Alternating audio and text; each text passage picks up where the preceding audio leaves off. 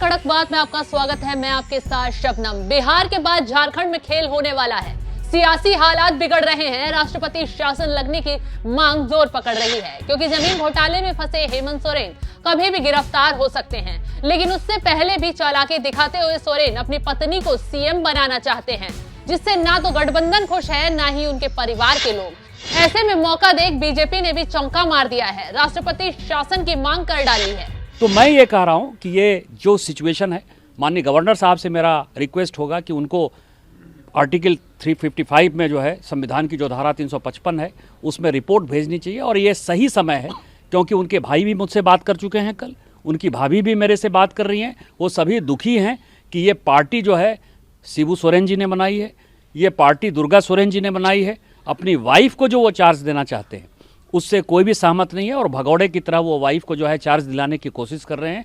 मुझे लगता है कि राष्ट्रपति शासन का ये सबसे अच्छा मौका है। बीजेपी की मांग के साथ साथ हेमंत सोरेन के परिवार में कुर्सी को लेकर महासंग्राम छिड़ गया है। सूत्रों के हवाले से कहा जा रहा है, हेमंत सोरेन अपनी पत्नी कल्पना सोरेन को सत्ता की चाबी देना चाहते हैं। भाभी सीता सोरेन कल्पना को सीएम बनाने का विरोध कर रही हैं। छोटे भाई बसंत सोरेन भी हेमंत के फैसले के खिलाफ हैं। हेमंत की बहन अंजनी सोरेन उनके समर्थन में है। जमीन घोटाले में अगर हेमंत सोरेन की गिरफ्तारी होती है तो वो लालू राबड़ी मॉडल पर चलेंगे, अपनी पत्नी को आगे करेंगे। पत्नी आगे हुई तो सत्ता हाथ से जानी लाजमी है, क्योंकि तमाम नेता घर वाले नाराज होकर पार्टी से चले जाएंगे। गठबंधन टुकड़े टुकड़े होगा। फिर क्या होगा? राष्ट्रपति शासन की नौबत आ जाएगी।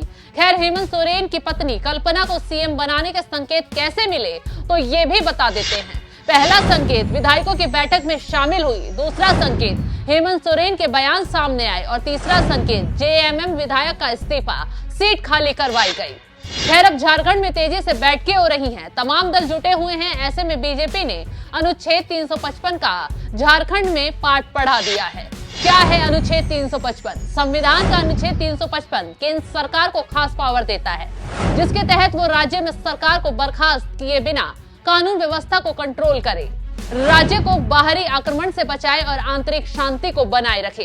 केंद्र का ये कर्तव्य है कि वो हर राज्य की सरकार को संविधान की प्रावधानों के मुताबिक कार्य करना सुनिश्चित करे। इस तरह झारखंड में जो हालात हैं उसके आधार पर बड़ा फैसला भी लिया जा सकता है।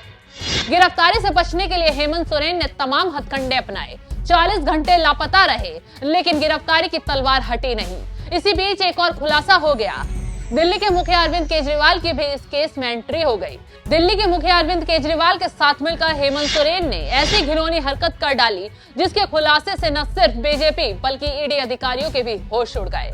दरअसल दोनों ही मुख्यमंत्रियों पर भ्रष्टाचार के आरोप लगे हैं, दोनों ही ईडी के जाल में फंसे हैं, दोनों ही ईडी के नोटिस से बचकर भाग रहे हैं। ऐसे में अब खुलासा हुआ है कि दिल्ली पहुंचने के बाद जब हेमंत सोरेन 40 घंटे लापता रहे, तब केजरीवाल ने ही उन्हें छुपने की जगह दी। ये आरोप बीजेपी ने लगाए हैं, और निशिकांत दुबे ने बयान देते हुए भी कहा है, केजरीवाल ने हेमंत सोरेन को वाराणसी तक पहुंचने में मदद की, और फिर यहां से मिथिलेश कुमार की मदद से सोरेन रांची पहुंचे। खैर, अब हालातों से बयान हो रहा है कि झारखंड में जल्द ही कुछ बड़ा होने वाला है, एक नई तस्वीर दिखाई देने वाली है। तो झारखंड के सियासी हालातों पर क्या है आपकी राय? कमेंट कर जरूर बताएं।